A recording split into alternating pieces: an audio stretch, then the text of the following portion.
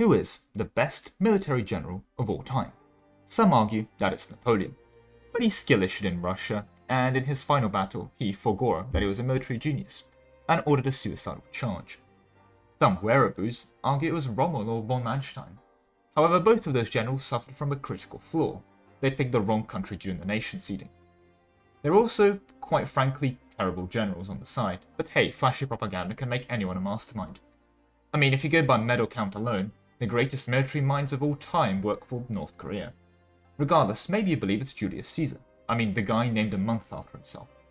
However, he had a crucial flaw. He went into politics and there he got stabbed. Should have stuck with stabbing the Celts. He was pretty decent at that.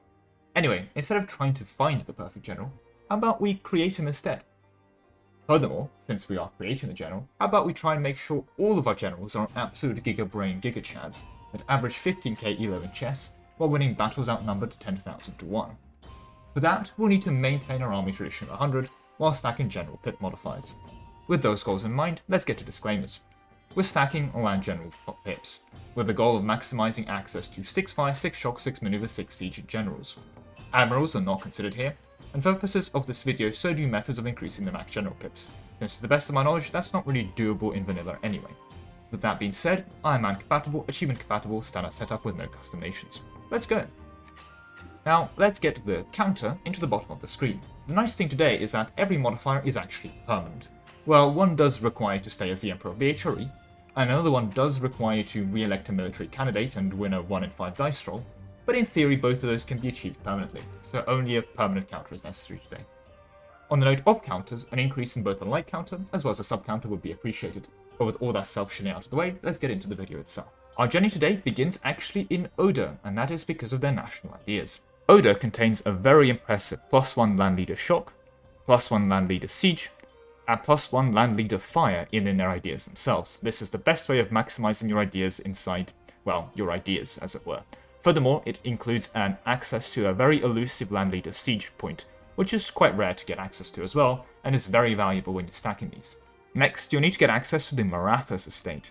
The best way of going about this is you'll need to switch into the Indian tech group, and that can be done by forming Rajputana, which will then allow you to do some more culture shenanigans to get the Marathas to spawn in your country.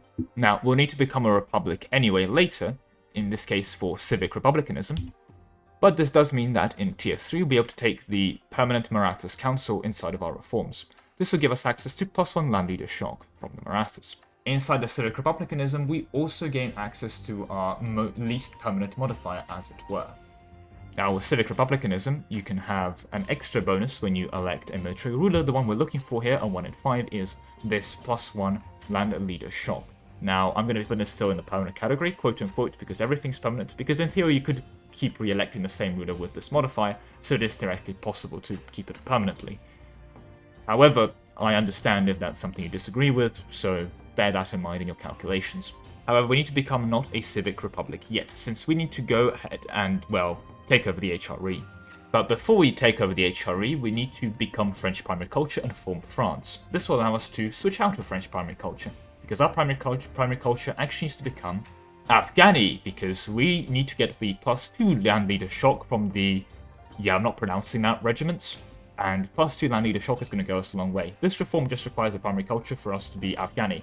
We can keep having the French ideas and missions for the rest of this run. Now, as France, you need to go ahead and face the Empire, then take over as the Emperor of the HRE, which allow you to get to this modifier on Versailles. You need to get Versailles to level 3, but when you do that, you'll get +1 land leader fire from that, which is quite nice. Finally, with the HRE secured, you can proclaim this, which means that the HRE will no longer become, you know, an actual election. It will always be inherited by the same country. This paradoxically will allow you to become a republic again. Then it's very simple, become revolutionary to pick up this government reform for +1 leader fire as well. Now let's talk ideas. We thankfully only need one specific idea that is tied to your government, aristocratic, so make sure you pick that up while you are being France and getting the whole HRE under your belt. Anyway, pick up offensive for both +1 land leader shock and +1 land leader fire, innovative for the policies, defensive for a land leader maneuver pip, humanist again for policies. You can also take it earlier since the idea cost is going to help you fill these out in the future. Aristocratic for another leader siege pip, very useful. Exploration for a policy, and finally, quantity for another policy. Now, I do want to mention here, if you're doing this yourself, you have some options. You can go quality instead of quantity, and then also grab another idea expansion for another policy here. It's just there's only 8 idea sets in the game, and we need 9 to get all the policies, so we're going to be skipping the last one. You have an idea slot free to play with, take whatever you want.